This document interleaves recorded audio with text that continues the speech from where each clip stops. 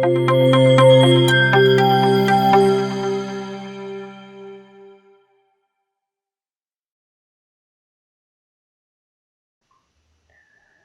was a new brush known as DecoCurve introduced in the version 2020, but then later on the name was changed to DecoCurve dot drag. So what this tool do is that it actually take a 2D image and stretch it along a curve. So let's take a look here. I will just simply press B on my keyboard, press D on my keyboard for the deco curves, and here I will get this deco curve drag dot. Okay, and I will select this one, and once I have this one, what I will do here is that I will choose an alpha. So here I have the alpha arrow selected. So what it will do is that I will just draw a curve on this dog surface, and what it will do is that it will create and convert that curve into a form of a 3D stretched out object using this 2D image. So if I will click here and draw curve, and as soon I will do that, you will not see anything happen over here. Okay, so what you have to do is that to see the result, what you need to do, you just have to take this and try to little bit move it. So if you will move it, you will notice that there is a arrow stretched on this the whole thing. Okay, so I can stretch it wrong and it can go wherever you are going, but let me undo here. Let me reduce its intensity, is too high, and now I will drag it, and now you can see it's now too low. Let's see now. Yeah, better. Okay, so now you can see that this arrow, this is the tail of the arrow, and this is the head of the arrow, which is here. So it is dragging along this. So let me do one thing. Let me redraw this and make a simple one. And then if I will drag this, you can see that the arrow head is being created. So I can reshape this the way I want it. Okay, or I can move this along, or I can increase a bit of the intensity, and if I move it, it will give it more intensity to it. Now, one thing I don't really like about this right now, or for here, is it's kind of jagged on the edges because the resolution of the curve which I'm using is not that high.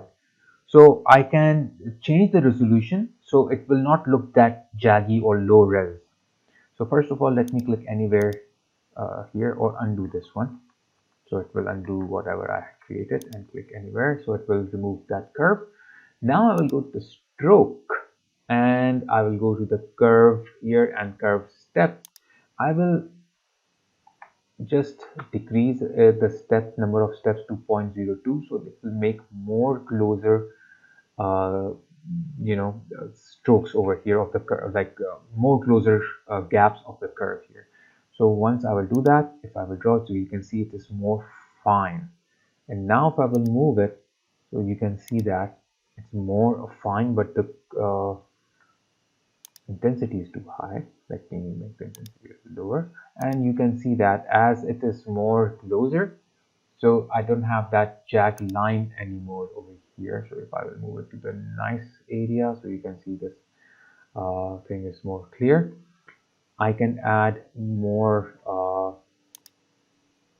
like a subdivision to it to fix this even more. So let me draw one more here, and then you can see that how this actually is working and how smooth this is with the help of the close or you can see that low res curve. Now we need to increase the length of this curve back to where it was before so that it will become normal. So I will go back here, 0.0, oh sorry, 0.25. Okay, and that's all.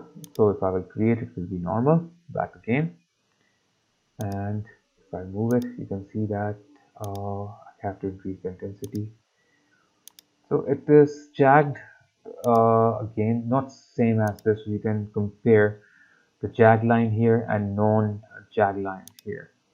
So this is how you can work with this tool. You don't have to always use the arrow. You can use some other as well. You can make your own, or suppose have this one here, alpha 61 or alpha 62. I can use this one, and let's see what kind of result this will give me. So if I will draw it here and move it, so you can see it's quite interesting result is giving me out here. So this is how you can work on. And one more thing you can do here is that uh, let me undo here. I can go inside and I can turn on the elasticity also, so it will give me elasticity here. And if I'm satisfied with that elasticity, I can go back here and turn it off, and then I can freely move my tool wherever I want. So this is also you can do with your DecoCurve tool.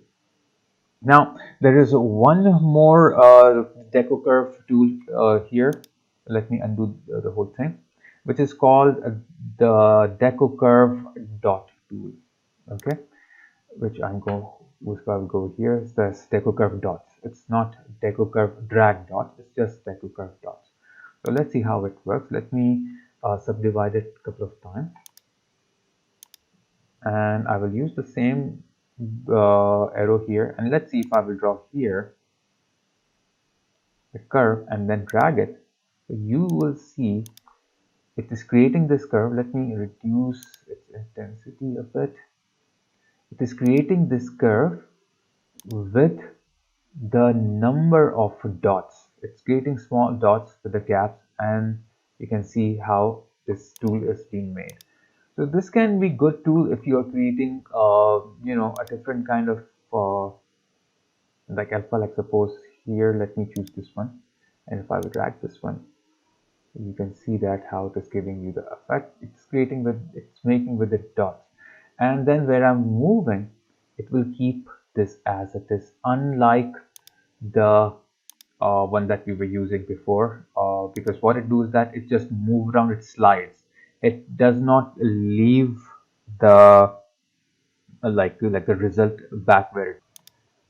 And also I can click on the Z sub, and if I will go now, so it will do the opposite. It will just, let me undo this whole thing. So Z sub means like subtraction, so it will dig in instead of digging out. And if I will move it, so you can see the result. So what it do is that it keeps the one that you have started. Okay, and usually I have seen people using this tool to create stroke with the taper, just like what we have here. And sometimes if like most of the people who don't use stylus might not get this taper effect, so this can be an alternative for if you don't have a stylus pen, or if you don't have the like Wacom tablet or any other tablet. So here you can also smooth this up, and then you can have this kind of result. So the DecoCurve dot tool is quite cumbersome because it leaves it. It does not slide over just like the DecoCurve dot curve. It keep its changes over there as it is. So I hope you have now learned about this DecoCurve tool, because it creates some very interesting effects. I personally find it a little too glitchy to be used practically in most circumstances, but it might come in handy every once in a while. So just like I said, people who don't have the Wacom tablet or any sort of tablet like X Pen or stylus pen or something, for them it will be good, as it gives you some taper effect as here. So guys, if you have liked my video, please subscribe to my channel also, and and also if you enjoyed it, click on the like button.